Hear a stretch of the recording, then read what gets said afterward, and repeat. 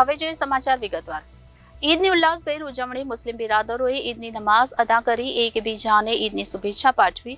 રમઝાન માસના ઉપવાસ બાદ ઈદ નિમિત્તે મુસ્લિમ બિરાદરોએ ઈદની નમાઝ અદા કરી હતી, જેમાં મોટી સંખ્યામાં મુસ્લિમ સમાજના લોકો ઉપસ્થિત રહ્યા હતા। ભારતમાં 11મી એપ્રિલ ગુરુવારે ઈદ ઉલ ફિત્રનો તહેવાર ધામધૂમથી ઉજવવામાં આવી રહ્યો હતો। ઈદનો તહેવાર ખુશી અને ભાઈચારાનો તહેવાર છે। રમઝાનનો પવિત્ર મહિનો પૂરો થયા બાદ શવ્વાલ મહિનાના પહેલા દિવસે ઈદનો તહેવાર ઉજવવામાં આવે છે। જમ્મુ અને કાશ્મીર અને લદ્દાખના ભાગો સિવાય ભારતમાં બુધવારે સાંજે શવ્વાલનો ચંદ્ર જોવા મળ્યો હતો, જેણે પુષ્ટિ કરી હતી કે ગુરુવારે ઈદની ઉજવણી કરવામાં આવશે। રમઝાન માસના ઉપવાસ બાદ ઈદ નિમિત્તે મુસ્લિમ બિરાદરોએ ઈદની નમાઝ અદા કરી હતી, જેમાં મોટી સંખ્યામાં મુસ્લિમ સમાજના લોકો ઉપસ્થિત રહ્યા હતા। अस्सलाम वालेकुम। Haji Rehan Ahmad Khan Ashrafi, founder and chairman Sahara Satanpura welfare trust Amethi. आज ईद उल फित्र की नमाज की अदायगी हुई।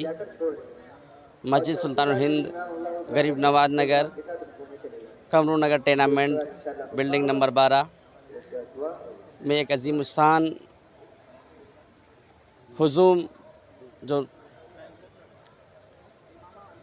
नमाज ईद उल फित्र में दिखा, हम उन तमाम ज़ायरीन का तहे दिल से शुक्रिया अदा करते हैं कि जो इस 12 नंबर टूर्नामेंट कमरू नगर मस्जिद सुल्तानुल हिंद में शिरकत किए।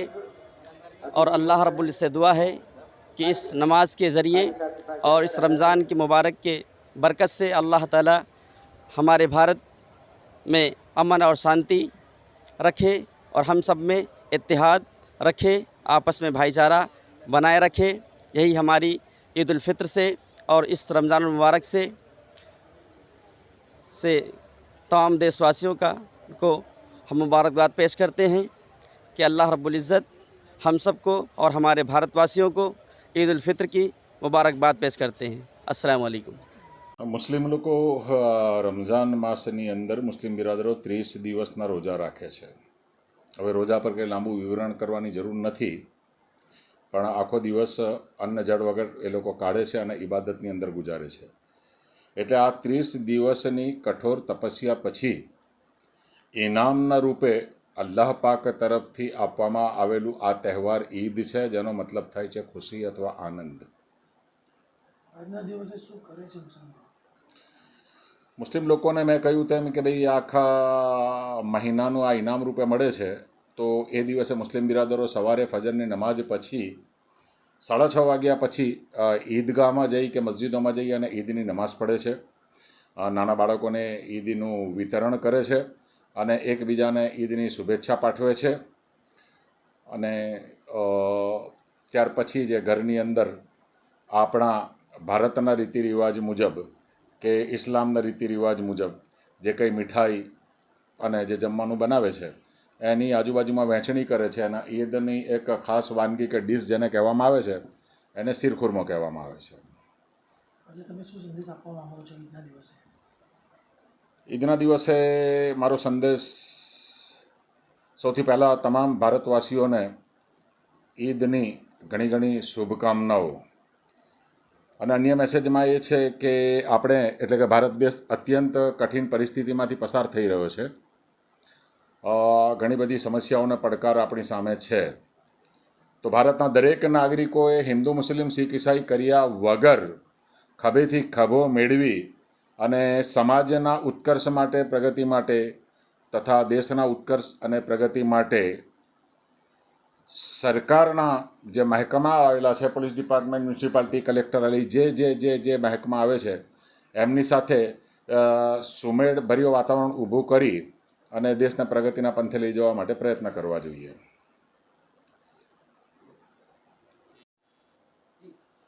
અને ખાસ કરીને મુસ્લિમ ધર્મ કે જે મોહમ્મદ પૈગંબર સાહેબના અનુયાયી છે એને હું કહેવા માગું છું કે આ ઈદનો તહેવાર એ તહેવાર છે કે એકબીજા સાથેના મતભેદ અને મનભેદ અને દુશ્મનાવટ ભૂલી અને એકબીજાને ગળે લગાડવા માટેનો આ તહેવાર છે।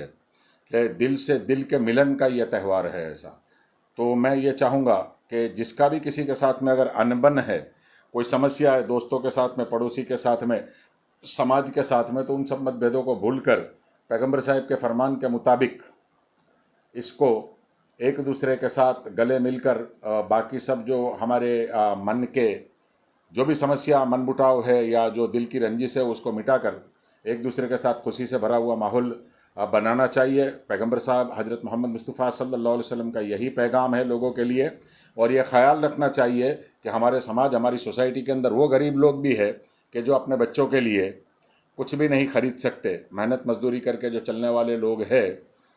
तो हुकूकुल इबाद इस्लाम का एक इम्पोर्टेंट पार्ट है कि भाई पड़ोसी का आपके ऊपर क्या हक बनता है। मुख्तसर सा पैगाम यह है कि पैगंबर साहब ने यह फरमाया है कि आपके अड़ोस पड़ोस के अंदर अगर कोई भूखा रह गया और अगर आपने पेट भर खाना खा लिया है तो अल्लाह पाक उसका हिसाब उसके बच्चे जो भूखे हैं वो आप लोगों से लेगा।